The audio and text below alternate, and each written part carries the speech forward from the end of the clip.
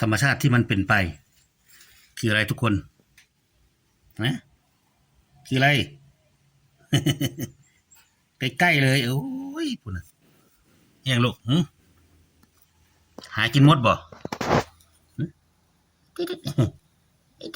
นี่ดูพอง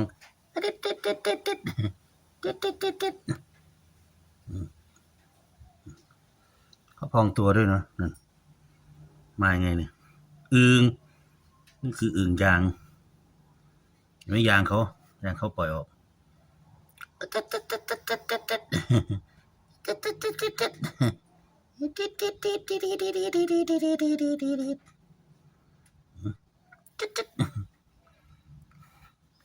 เคยเห็นไหม